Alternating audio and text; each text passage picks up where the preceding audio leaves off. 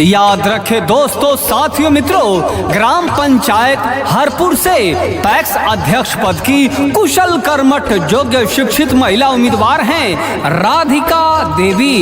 भवेश प्रसाद यादव की माता जी हैं राधिका देवी, जिनका चुनाव निशान है किताब छाप। किताब छाप बैलेट पेपर के 3 नंबर पे है राधिका देवी का निशान। भवेश प्रसाद यादव और राधिका देवी आपके दरवाजे पर आके एक वोट की अपील करते हैं। राधिका देवी आंचल फैला फैला कर आपसे एक वोट की विनती करती हैं। आचारा सारी के राधिका देवी वोट मांगे आईली दुआरी हो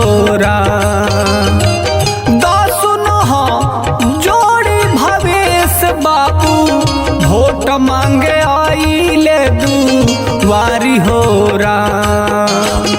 मिलल किताब छाप निशानामा, मिलल किताब छाप निशानामा, मांगतानी भोटावा के दान हो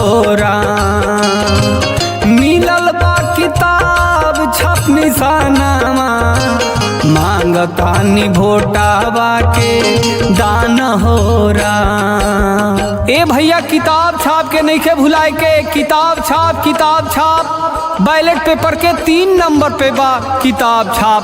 अरे भवेश बाबू, अरे हमनी के टारा के कैसे भुलाएम जा बेटा, हमनी गरीब के तू जान हुआ परान हुआ।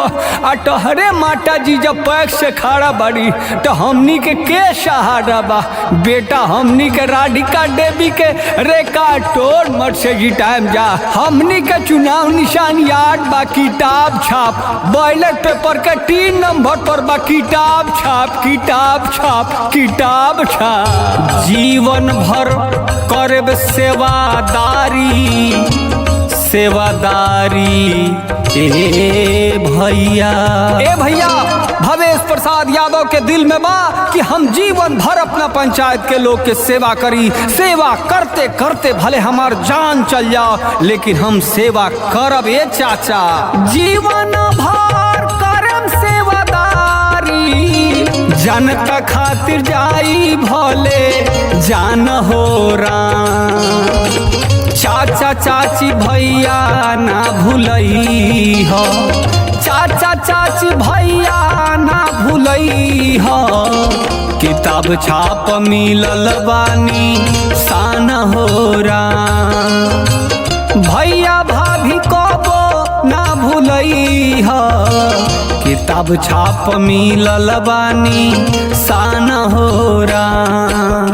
ए भैया रौरा जाना तानी कि पीठ पीछे विरोधी लोग के साजिश चल रहल बा भवेश प्रसाद के खिलाफ में। भवेश प्रसाद के फंसावे खातिर बहुत सारा विरोधी लोग साजिश कर रहल बा, लेकिन जेकरा संगे जनता स्वरूपी भगवान साथ दे रहल बड़े, जनता साथे बड़े, पंचायत के लोग साथे बा, ओकर केहू का बिगाड़ी। जब राम ना बिगाड़ी है तो लोग का बिगाड़ी। ऐसे अब की एकजुट होके रौरा हमरा हिम्मत के और ताकत दी। हम रौर सेवा करे के चाहतनी, बेटा बन के सेवा करे के चाहतनी चाचा। चारू ओर घेरले बा मुदैया हो मुदैया हो चारू ओर घेरले बा मुदैया, पीठ पीछे करतावे साजिशे चाचा चाची मिल के जितई हो, भैया भाभी मिल के जितई हो। विरोधिया के दी हो तू जा बाबेरा, चाचा चाची मिल के जितई हो। विरोधियन के दी हो तू जा बाबेरा ए भैया किताब छाप पैक्स अध्यक्ष पद से सबसे कुशल बाड़ी, सबसे कर्मठ बाड़ी राधिका देवी। हमनी के एकजुट होके भवेश प्रसाद यादव जी के माता जी राधिका देवी के कार्ड तोड़ मत से जितावे बा। ए चाचा ए चाची हमनी के कबो नहीं खे भुलाए के भवेश भैया के माता जी के, काहे से भवेश भैया हम हमनी के सुख दुख के साथी हैं। भवेश यादव जेकर नाम हो वो अपना पंचायत के एगो सबसे मजबूत लाठी जे हर आदमी खातिर खड़ा रहेनी। भवेश प्रसाद यादव के बारे में जितना कहल जा कम बा। पैक्स पद से लड़ने चुनौआ करतानी सब से गो हारेरा। अरे हमार बाबू भवेश बाबू, अरे का टेंशन ले बड़ा विरोधी लोग का टेंशन ड टूटा जीटा टरे बाबू राधिका देवी जीटा टरी। पैक्स पद से लड़नी चुनौआ करतानी सब से गो हारेरा। लड़तिया माई रे चुनौआ, लड़तिया माई हमार चुनौआ। राखली हो पगड़ी के लाज होरा। लड़तिया माई रे चुनौआ, राखली हो पगड़ी के लाज होरा। ए चाचा ए चाची अरे सुना हो।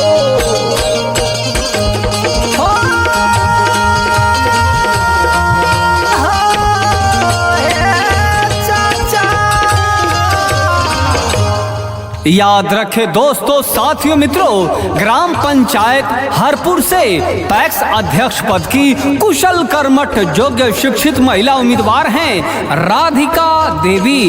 भवेश प्रसाद यादव की माता जी हैं राधिका देवी, जिनका चुनाव निशान है किताब छाप। किताब छाप बैलेट पेपर के 3 नंबर पे है राधिका देवी का निशान। भवेश प्रसाद यादव और राधिका देवी आपके दरवाजे पर आके एक एक वोट की अपील करते हैं। राधिका देवी आंचल फैला फैला कर आपसे एक एक वोट की विनती करती हैं। आचार सारी के राधिका देवी वोट मांगे आईली दुआरी हो रा। जोड़ी भवेश बाबू वोट मांगे आईले दुआरी हो रा। मिलल किताब छाप निशानामा, मिलल किताब छाप निशानामा। मांगतानी भोटावा के दान हो रा। मिलल बा किताब छाप निशानामा, मांगतानी भोटावा के दान हो रा। ए भैया किताब छाप के नहीं के भुलाए के, किताब छाप किताब छाप। बैलेट पेपर के 3 नंबर पे बा किताब छाप। अरे भवेश बाबू, अरे हमनी के टारा के कैसे भुलाएम जा बेटा। हमनी गरीब के तू जान हुआ परान हुआ। आ तोहरे माता जी जब पैक्स से खड़ा बड़ी तो हमनी के सहारा बा बेटा। हमनी के राधिका देवी के रेखा तोड़ मत से जिटाएम जा। हमनी के चुनाव निशान याद बा किताब छाप। बैलेट पेपर के 3 नंबर पर बा किताब छाप किताब छाप किताब छाप। जीवन भर करब सेवादारी सेवादारी।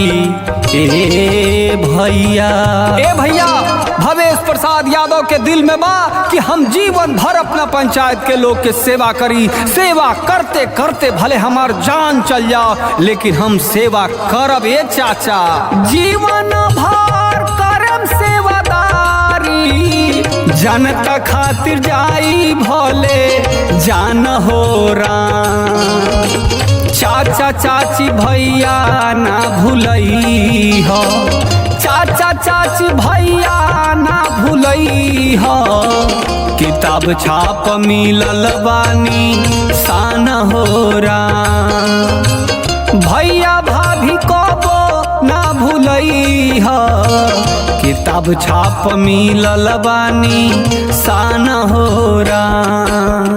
ए भैया रौरा जाना तानी कि पीठ जे विरोधी लोग के साजिश चल रहल बा भवेश प्रसाद के खिलाफ में, भवेश प्रसाद के फंसावे खातिर बहुत सारा विरोधी लोग साजिश कर रहल बा। लेकिन जेकरा संगे जनता स्वरूपी भगवान साथ दे रहल बाड़े, जनता साथे बड़े, पंचायत के लोग साथे बा, ओकर केहू का बिगाड़ी। जब राम ना बिगाड़ी है तो लोग का बिगाड़ी। ऐसे अब की एकजुट होके रौरा हमरा हिम्मत के और ताकत दी। हम रौर सेवा करे के चाहतनी, बेटा बन के सेवा करे के चाहतनी। चाचा चारू ओर घेरले बा मुदैया, मुदैया हो राम, मुदैया हो राम। चारू ओर घेरले बा मुदैया, पीठ पीछे करतावे साजिशेरा। चाचा चाची मिल के जितई ह, भैया भाभी मिल के जितई ह, विरोधिया के दीह तू जा बाबेरा। चाचा चाची मिल के जितई ह, विरोधियन के दीह तू जा बाबेरा। ए भैया किताब छाप, किताब छाप, किताब छाप। पैक्स अध्यक्ष पद से सबसे कुशल बाड़ी, सबसे कर्मठ बाड़ी राधिका देवी। हमनी के एकजुट होके भवेश प्रसाद यादव जी के माता जी राधिका देवी के कार्ड तोड़ मत से जितावे बा। ए चाचा ए चाची हमनी के कबो नहीं खे भुलाए के भवेश भैया के माता जी के। काहे से भवेश भैया हमनी के सुख दुख के साथी हैं। भवेश यादव जेकर नाम हो वो अपना पंचायत के एगो सबसे मजबूत लाठी जे हर आदमी खातिर खड़ा रहनी। भवेश प्रसाद यादव के बारे में जितना कहल जा कम बा।